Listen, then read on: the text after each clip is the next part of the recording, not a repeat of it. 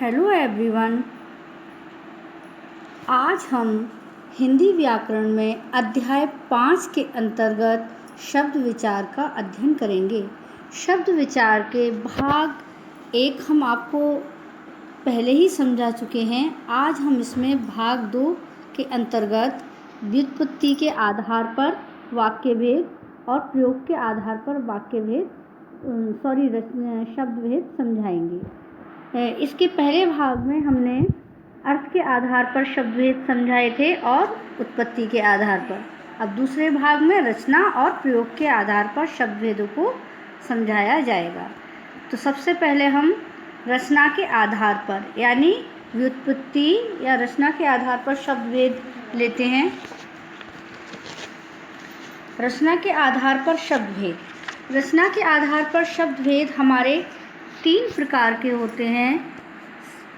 सबसे पहले रूढ़ शब्द, उसके बाद यौगिक और तीसरा योगरूढ़ शब्द होता है। तो सबसे पहले हम रूढ़ शब्द के बारे में जानेंगे। रूढ़ शब्द, जो शब्द किन्हीं अन्य शब्दों के योग से ना बने हों और किसी विशेष अर्थ को प्रकट करते हों तथा जिनके टुकड़ों का कोई अर्थ नहीं होता, वे रूढ़ कहलाते हैं।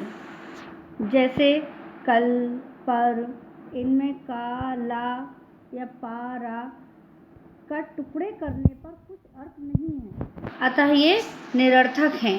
यानी हम इसको ऐसे भी कह सकते हैं, वे शब्द जो किसी शब्द या शब्दांश के योग से ना बने हों और अपने में पूर्ण हों, उन्हें रूढ़ या मूल शब्द कहते हैं। जैसे घर, दिन, रात, कलम, नमक आदि। रूढ़ शब्दों के सार्थक खंड नहीं हो सकते। इनके खंड करने पर अर्थ नष्ट हो जाता है। इसके बाद हम यौगिक शब्द के बारे में जानेंगे। जो शब्द कई सार्थक शब्दों के मेल से बने हों, वे यौगिक कहलाते हैं। जैसे आप उदाहरण में देखिए, देवालय, देव प्लस आले, यानी देव और आले दोनों ही सार्थक शब्द हैं। राजपुरुष, हिमालय, देवदूत आदि, ये सभी 2 सार्थक शब्दों के मेल से बने हुए हैं। यानी हम यौगिक शब्द का जो अर्थ होता है वो क्या होता है कि मेल से बना हुआ। जो शब्द किसी रूढ़ शब्द तथा उपसर्ग या प्रत्यय के मेल से बने हैं, उन्हें हम यौगिक शब्द कहते हैं।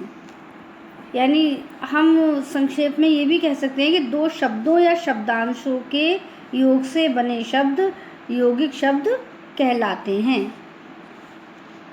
उसके बाद तीसरा आता है हमारा योगरूढ़ शब्द। वे शब्द जो यौगिक तो हैं किंतु सामान्य अर्थ को ना प्रकट कर किसी विशेष अर्थ को प्रकट करते हैं, वो योगरूढ़ शब्द कहलाते हैं। जैसे कि मतलब यौगिक तो हैं, 2 शब्दों का उसमें मेल तो हो रहा है, किंतु वो किसी सामान्य अर्थ को ना प्रकट कर विशेष अर्थ की तरफ इशारा करते हैं। यानी जैसे पंकज, दशानन। पंकज में आप देखिए पंख प्लस जा।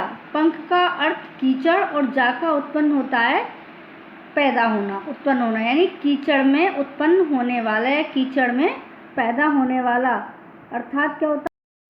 अभी हमने व्युत्पत्ति अर्थात रचना के आधार पर शब्द भेद समझे थे। अब हम प्रयोग के आधार पर शब्द भेद समझेंगे। प्रयोग के आधार पर शब्दों के निम्नलिखित 2 भेद होते हैं, एक विकारी, दूसरा अविकारी। विकारी शब्द। अब सबसे पहले हम विकारी शब्द के बारे में जानेंगे। विकारी शब्द किसे कहते हैं? जो शब्द लिंग, वचन, कारक, काल आदि की दृष्टि से बदल जाते हैं, उन्हें विकारी शब्द कहते हैं। विकारी शब्द 4 प्रकार के होते हैं, संज्ञा, सर्वनाम, विशेषण और क्रिया। ये हमारे विकारी शब्दों के अंतर्गत आते हैं। इसके बाद हम अविकारी शब्द को जानेंगे। जिन शब्दों के रूप में कभी कोई परिवर्तन नहीं होता है, यानी जो शब्द लिंग, वचन, कारक की दृष्टि से परिवर्तित नहीं होते हैं, उन्हें अविकारी शब्द कहते हैं। जैसे दे रखा है यहाँ किंतु, नृत्य और हे, अरे आदि। इनमें क्रिया विशेषण, संबंध बोधक, समुच्चय बोधक और विस्मयादि बोधक आदि हैं, इसलिए ये अविकारी शब्द हैं। अविकारी शब्द भी हमारे 4 प्रकार के होते हैं, जैसे क्रिया विशेषण, संबंध बोधक, समुच्चय बोधक और विस्मयादि बोधक अविकारी शब्दों के अंतर्गत आते हैं। तो इसी के साथ यहाँ पर हमारा ये चैप्टर खत्म होता है। जैसा कि इस चैप्टर में आपने शब्द विचार के अंतर्गत शब्दों के भेदों के बारे में, शब्द किसे कहते हैं, शब्द और पद में क्या अंतर होता है, इसके विषय में जाना। से आपने शब्द हमने आपको कितने प्रकार के बताए, थोड़ा इसका पुनराभ्यास कर। अर्थ के आधार पर शब्द, उत्पत्ति के आधार पर, व्युत्पत्ति के आधार पर और प्रयोग के आधार पर, इस तरह से 4 प्रकार के आपने यहाँ शब्दों को जाना, शब्द और पद के बारे में जाना। अब उसी सबसे संबंधित कुछ ये अभ्यास कार्य है आपके लिए। सबसे पहले यहाँ कुछ क्वेश्चन दिए हुए हैं। भाषा की सार्थक इकाई क्या है?